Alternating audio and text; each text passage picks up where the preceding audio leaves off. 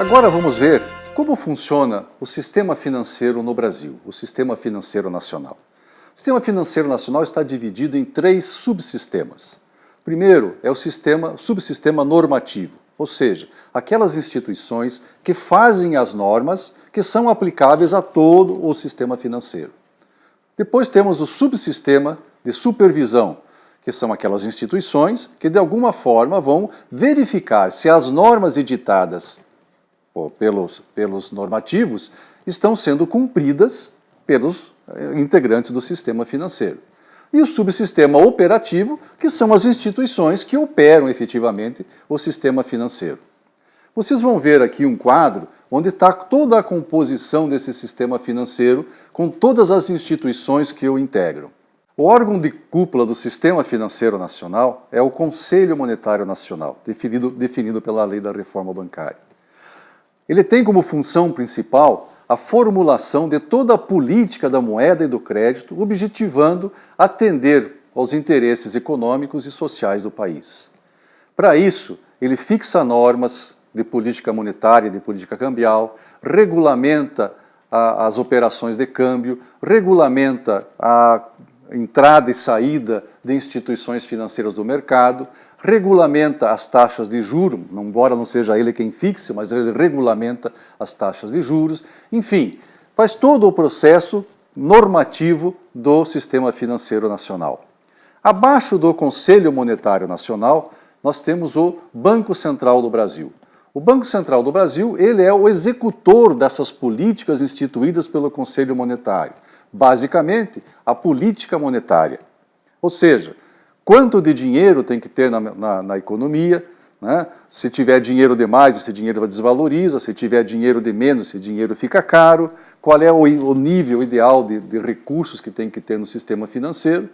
Ao mesmo tempo, o Banco Central exerce também a atividade supervisora, ou seja, é ele quem supervisiona o funcionamento das instituições financeiras no país. Ele que vai verificar se as normas emanadas do Conselho ou de outras autoridades estão sendo cumpridas pelo sistema suboperativo.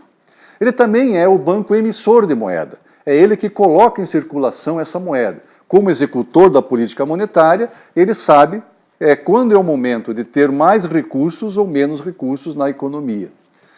Também é o banco dos bancos. É o banco que, caso algum banco, alguma instituição financeira tenha alguma dificuldade de liquidez, pode recorrer ao Banco Central para obter empréstimos de liquidez para solucionar problemas emergenciais de desequilíbrio financeiro. E é também o Banco do Governo, porque ele também faz pagamentos em nome do governo brasileiro. As instituições financeiras no subsistema operativo, então já falamos do subsistema normativo, que é o Conselho Monetário, o subsistema de supervisão do Banco Central, e agora falamos então do subsistema operativo, que são as instituições. As instituições financeiras, elas estão basicamente divididas em 2 grandes blocos. As instituições financeiras bancárias e as instituições financeiras não bancárias.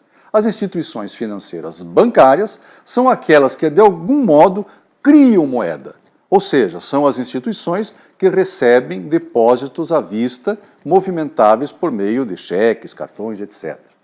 Por que são instituições criadoras de moeda? Ora, porque de alguma forma esse recurso que é captado via depósito à vista, ele é emprestado e volta, na economia como novos depósitos. Então, um depósito de R$100 pode, de repente, representar aí recursos na economia muito maiores do que esses R$100.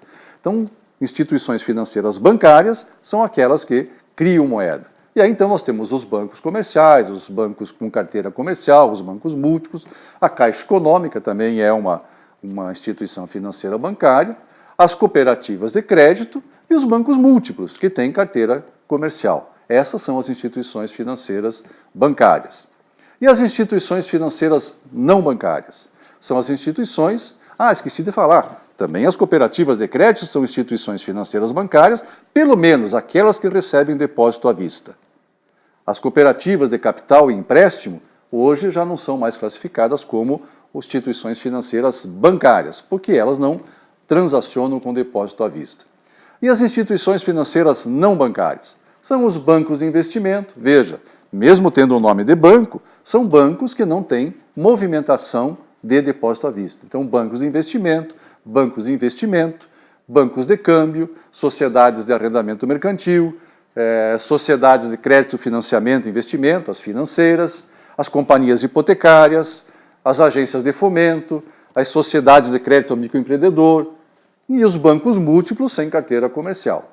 Essas são, então, as instituições financeiras não bancárias. Então, vejam que o nosso sistema financeiro ele é bem completo e visa atender todas as necessidades de recursos para a economia. Precisamos de câmbio, mercado de câmbio, temos os bancos de câmbio. Precisamos de crédito, temos o mercado de crédito, através das instituições financeiras que captam e emprestam recursos.